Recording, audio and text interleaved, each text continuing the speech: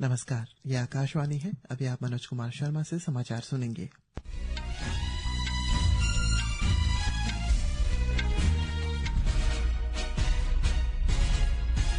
पहले मुख्य समाचार। प्रधानमंत्री नरेंद्र मोदी ने कहा, दूरदर्शी वैज्ञानिकों से भविष्य की चुनौतियों का समाधान मिलने से भारत अंतरिक्ष प्रौद्योगिकी में नए मकान स्थापित कर रहा है। आकाशवाणी पर मन की बात कार्यक्रम में प्रधानमंत्री ने संविधान निर्माण में संविधान सभा के सदस्यों को नमन किया। नागरिकों से इन महान नेताओं के विचारों से प्रेरणा लेने का आग्रह किया। महाकुंभ मेले में जाने वाले तीर्थयात्रियों की सुविधा के लिए उत्तर रेलवे ने कटरा और प्रयागराज के बीच 3 विशेष रेलगाड़ियां चलाने की घोषणा की। गाजा समझौते पर संकट के बदलाव मंडरा रहे हैं, क्योंकि इजरायल ने हमास द्वारा रिहा किए जाने वाले पहले बंधकों के नाम उपलब्ध नहीं कराए जाने से इसके क्रियान्वयन में देरी हुई। और टेनिस में रोहन बोपन्ना और शुआई जांग के ऑस्ट्रेलियाई ओपन में मिक्स्ड डबल्स क्वार्टर फाइनल में प्रवेश किया। अब समाचार विस्तार से। प्रधानमंत्री नरेंद्र मोदी ने कहा है कि देश अंतरिक्ष प्रौद्योगिकी में नए मानक स्थापित कर रहा है, जिसमें दूरदर्शी वैज्ञानिक और नवोन्मेष भविष्य की चुनौतियों का समाधान प्रदान कर रहे हैं। आज आकाशवाणी पर मन की बात कार्यक्रम में 118वें एपिसोड में राष्ट्र को संबोधित करते हुए श्री मोदी ने अंतरिक्ष क्षेत्र में देश की हालिया उपलब्धियों की सराहना की। देश के पहले निजी उपग्रह समूह फायरफ्लाइज को सफलतापूर्वक लॉन्च करने के लिए बेंगलुरु स्थित भारतीय अंतरिक्ष तकनीक स्टार्टअप पिक्सेल्स की सराहना करते हुए प्रधानमंत्री ने इसे आत्मनिर्भरता की दिशा में एक महत्वपूर्ण कदम बताया। इसके अलावा प्रधानमंत्री ने मानसिक और शारीरिक रूप से विकलांग बुजुर्गों और नशे से लत पीड़ितों के लिए एक लिविंग होम चलाने के लिए अरुणाचल प्रदेश के दीपक नाबाम के साहस की सराहना की। सोशल मीडिया पोस्ट में प्रधानमंत्री ने कहा, अच्छे इरादों और निस्वार्थ भावना से किया गया काम बहुत दूर तक जाती है। हमारे साइंटिस्ट ने सैटेलाइट्स की स्पेस डॉकिंग कराई है। यह तकनीक अंतरिक्ष में स्पेस स्टेशन तक सप्लाई भेजने और क्रू मिशन के लिए अहम है। भारत ऐसा चौथा देश बना है जिसने ये सफलता हासिल की। प्रधानमंत्री ने उपग्रह की अंतरिक्ष डॉकिंग की भी सराहना करते हुए कहा है कि तकनीक अंतरिक्ष स्टेशनों और अंतरिक्ष में चालक दल के मशीनों की आपूर्ति भेजने के लिए महत्वपूर्ण है। उन्होंने कहा, भारत ये सफलता हासिल करने वाला चौथा देश बन गया है। श्री मोदी ने पूरे देश की ओर से वैज्ञानिकों, नवोन्मेषकों और युवा उद्यमियों को शुभकामनाएं दी। प्रधानमंत्री नरेंद्र मोदी ने गणतंत्र दिवस की 75वीं वर्षगांठ पर अग्रिम बधाई देते हुए कहा है कि इस वर्ष का उत्सव विशेष है, क्योंकि इस वर्ष संविधान लागू होने के 75 वर्ष पूरे हो रहे हैं। श्री मोदी ने संविधान निर्माण में योगदान देने वाले संविधान सभा के सदस्यों को नमन किया। प्रधानमंत्री ने बाबा साहेब अम्बेडकर, डॉक्टर राजेंद्र प्रसाद और डॉक्टर श्याम प्रसाद मुखर्जी को याद करते हुए कहा है कि नागरिकों को इन महान नेताओं के विचार से प्रेरणा लेनी चाहिए। प्रधानमंत्री मोदी ने 25 जनवरी को मनाए जाने वाले राष्ट्रीय मतदाता दिवस के महत्व पर भी प्रकाश डाला। ये दिन इसलिए महत्वपूर्ण है क्योंकि इसी दिन भारत के चुनाव आयोग की स्थापना हुई थी। चुनाव आयोग की भूमिका और योगदान की सराहना करते हुए श्री मोदी ने कहा कि संविधान निर्माताओं ने संविधान में चुनाव आयोग और लोकतंत्र में लोगों की भागीदारी को बहुत महत्वपूर्ण स्थान दिया है। मनुष्य और जानवरों के बीच अद्भुत संबंध को रेखांकित करते हुए श्री मोदी ने कहा है कि भारतीय संस्कृति और विरासत हमें आसपास के जानवरों और पक्षियों के साथ प्रेम से रहना सिखाती है। स्टार्टअप इंडिया के 9 वर्ष पूरे होने पर प्रधानमंत्री ने कहा कि देश की स्टार्टअप संस्कृति केवल बड़े शहरों तक सीमित नहीं है और आधे से अधिक स्टार्टअप टियर 2 और टियर 3 शहरों से आ गए हैं। उन्होंने कहा है कि अपशिष्ट प्रबंधन, गैर नवीकरणीय ऊर्जा, जैव प्रौद्योगिकी और लॉजिस्टिक ऐसे क्षेत्र हैं जिनमें सबसे अधिक स्टार्टअप देखे जा रहे हैं।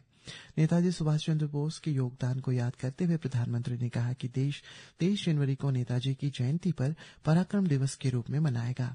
सुभाष चंद्र बोस को दूरदर्शी नेता बताते हुए श्री मोदी ने कहा, साहस नेताजी के स्वभाव में समाया हुआ था।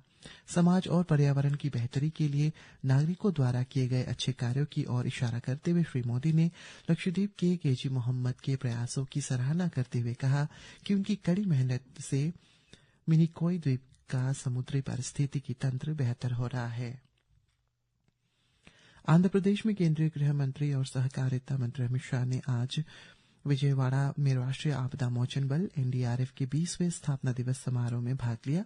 इस अवसर पर गृह मंत्री ने कृष्णाविले में कोडापाउलुरु में राष्ट्रीय आपदा प्रबंधन संस्थान NIDM के दक्षिणी परिसर का भी उद्घाटन किया। गृह मंत्री ने कहा कि केंद्र सरकार आंध्र प्रदेश को विकास के लिए हर घर सहायता देगी। श्री शाह ने कहा है कि प्रधानमंत्री और नायडू की जोड़ी राज्य के विकास के नई रफ्तार के लिए महत्वपूर्ण है। डिजास्टर ईश्वर जब भेजता है तो NDRF काम आता है और मैन मेड डिजास्टर जब होता है तब NDA काम आता है। 2014 से 19 तक 5 साल के अपार संभावनाओं वाले राज्य आंध्र प्रदेश की जिस प्रकार से दुर्गति हुई वे मैन मेड डिजास्टर थे। मैं आज विश्वास दिलाता हूं कि 3 गुना स्पीड से चंद्रबाबू जी और मोदी जी की जोड़ी आंध्र प्रदेश का विकास करेगी, ऐसा अमित शाह ने कहा। डिजास्टर ईश्वर जब भेजता है तो NDRF काम में आता है और मैन मेड डिजास्टर जब होता है तब NDA काम में आता है। 2014 से 19 5 साल अपार संभावनाओं वाले राज्य आंध्र प्रदेश की जिस प्रकार से दुर्गति हुई वो मैन मेड डिजास्टर था। मैं आज विश्वास दिलाना चाहता हूं कि 3 गुना स्पीड से चंद्रबाबू जी और मोदी जी की जोड़ी आंध्र प्रदेश का विकास करेगी। उत्तर रेलवे डिवीजन में महाकुंभ मेले में जाने वाले तीर्थयात्रियों की सुविधा के लिए श्री माता वैष्णव देवी रेलवे स्टेशन कटरा और प्रयागराज के बीच 3 विशेष ट्रेन चलाने की घोषणा की गई है।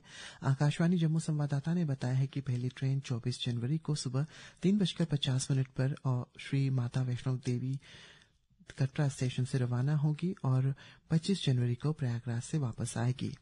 जम्मू से प्रयागराज तक विशेष बस सेवा भी शुरू की गई है। ये विशेष बस प्रतिदिन सवेरे 5 बजे जम्मू से चलेगी और रात भर प्रयागराज रुकने के बाद यात्रियों को वापस लाएगी।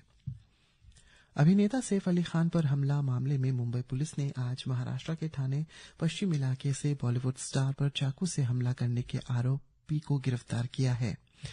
सोशल मीडिया से बातचीत में मुंबई पुलिस ने कहा है कि गिरफ्तार आरोपी के बांग्लादेशी नागरिक होने की संभावना है क्योंकि उसके पास से जब्त सामान ऐसी है जिससे पता चलता है कि उसके पास कोई वैध भारतीय पहचान पत्र नहीं है।